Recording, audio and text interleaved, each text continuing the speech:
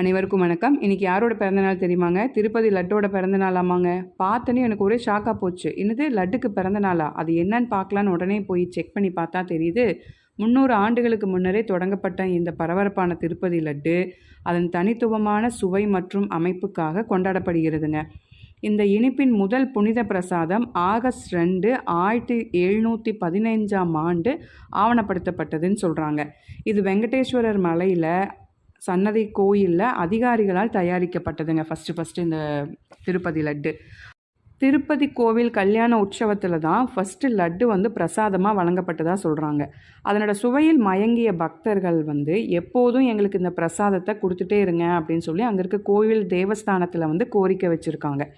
அதனால் ஆரம்பத்தில் பூந்தியாக வழங்கப்பட்ட இந்த லட்டானது என்ன பண்ணியிருக்காங்க, 1803ஆம் ஆண்டிலிருந்து லட்டு வடிவில் கொடுக்க ஆரம்பிச்சிட்டதா சொல்கிறாங்க.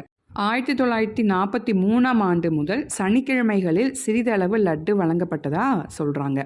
அதுக்கப்புறம் தான் நாம் ரெகுலராக கோயிலுக்கு போனால் நம்மளுக்கு பிரசாதம் வழங்கப்பட்டிருக்கும் போல இருக்குங்க. இவ்வளோ பெருமைக்குரிய லட்டு நீண்ட நீண்ட காலம் நீடூழி வாழ வேண்டும். நமோ நாராயணா. தகவல்களை பகிரவும். நன்றி.